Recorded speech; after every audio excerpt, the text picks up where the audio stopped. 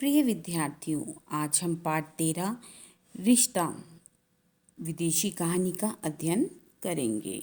आइए कहानी पढ़ने से पहले इसके शब्दार्थ या कठिन शब्दों का अध्ययन करते हैं। अधेड़ मध्य आयु का, अबाध बिना बाधा के, निहारना देखना, इर्द गिर्द आसपास, जागृत होना, पैदा होना या उत्पन्न होना। ये कहानी का अध्ययन करते हैं। मैं कुर्स्की रेलवे स्टेशन पहुंचा, जहां से ठीक 9 बजे सिमी पोलस्की एक्सप्रेस ट्रेन को छूटना था। टीटी ने मेरी टिकट देखा और मैं डिब्बे में घुस गया।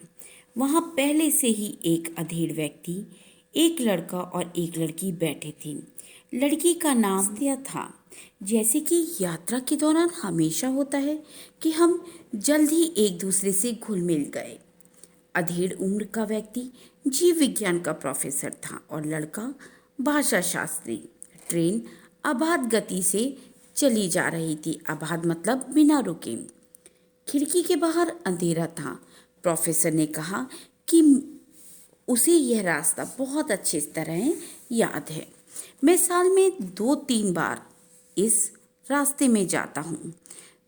लड़की ने पूछा, क्यों? मैं सिम्पी फरापोल का रहने वाला हूँ। वहाँ अभी भी मेरे रिश्तेदार रहते हैं। मैं कभी छुट्टियाँ बिताने तो कभी कुछ काम से वहाँ आता रहता हूँ। कंडक्टर आया। उसने हमारे बर्थ पर बिस्तर रखा और हमें चाय पिलाई। हमने नाश्ता को भी चाय पिलाई। वह ऊपर की बर्थ पर सोने चली गई। मैं डिब्बे के गलियारे में निकल आया। गलियारा मतलब जहाँ दोनों तरफ ट्रेन में दरवाज़ा होता है और वो जो पैसेज होता है उसके लिए कहा गया है गलियारा। मैं गलियारे में निकल आया और जब वापस लौटा तब तक सब सो चुके थे। मैंने नीले लैंप को बुझाया और सो गया। मैं सुबह जल्दी उठ गया। कूपे में नात्स्या और प्रोफेसर नहीं थे। गलियारे में खिड़की के पास खड़ी रास्ते में गुजर रहे गांवों, धीरे धीरे बहती नदियों और खेतों के ऊपर फैले नीले आसमान को निहार रही थी। प्रोफेसर भी खिड़की के बाहर देख रहे थे। आप इतनी जल्दी क्यों उठ गए? मैंने प्रोफेसर से पूछा। एक जगह छूट जाने का मुझे डर रहता है, उन्होंने जवाब दिया। रात में भी जब कभी ट्रेन इस जगह से के पास से गुजरती है तो हमेशा मेरी नींद खुल जाती है और मैं खिड़की से बाहर देखने लगता हूँ। यहाँ ज़रूरी कभी आपका अपना घर रहा होगा? मैंने पूछा। नहीं, यह जगह बिल्कुल अनजान है। मैं वहाँ कभी नहीं गया। यह एक लंबी कहानी है जो क्रांति के पहले शुरू हुई थी। जब मैं छोटा बच्चा था, मैं अपने पिता के साथ सिम्फेरोपोल से मॉस्को जा रहा था। इसी लड़की नास्त्या की तरह सारा दिन खिड़की के पास खड़ा रहा था।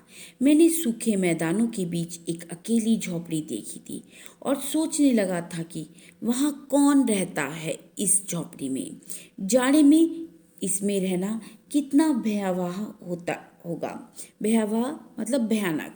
हर बार ट्रेन उसके पास से तेजी से गुजर जाती थी, लेकिन मैं हमेशा वहाँ कुछ ना कुछ परिवर्तन देखता था। एक दिन मैंने झोंपड़ी के पास एक औरत को देखा।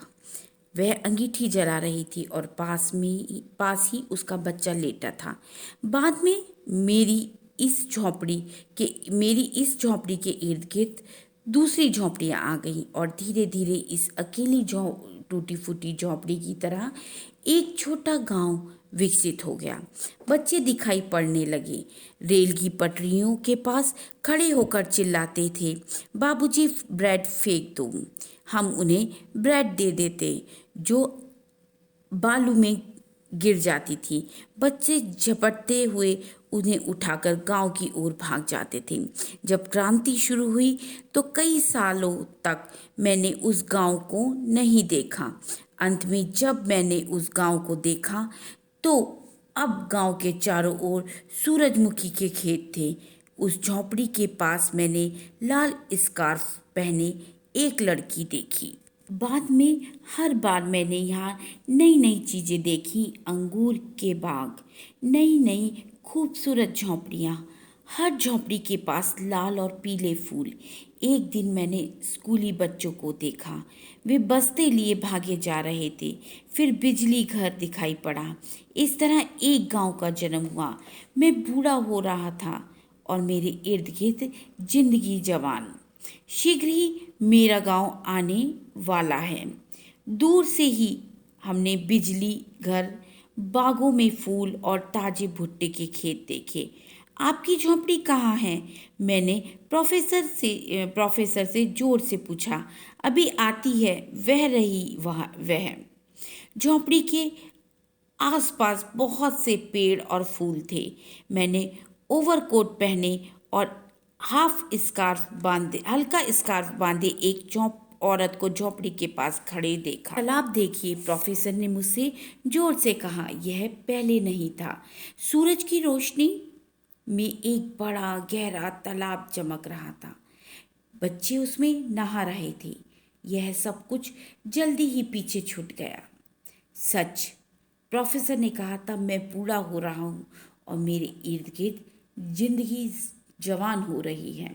लेकिन फिर भी मैं इस सहकारी फॉर्म में अवश्य जाऊंगा। मैं अपनी इस झोंपड़ी में जाऊंगा और इस महिला से कहूँगा कि मैं उसे कई सालों से जानता हूँ। मैं उसकी माँ को भी जानता हूँ और उसके पूरे गांव के इतिहास को भी। वह चुप हो गया, पर मेरे मन में आने वाले पहले ही स्टेशन पर उतरकर उस गांव में लौटने और लहलहाते गेहूं के खेत में गर्म मैदान के बीच स्थित उस झोंपड़ी में रहने की इच्छा जागृत हो गई। इस कहानी का मूल उद्देश्य है, हमें भी समय के साथ अपने आप में बदलाव लाना चाहिए। इसी में समझदारी है।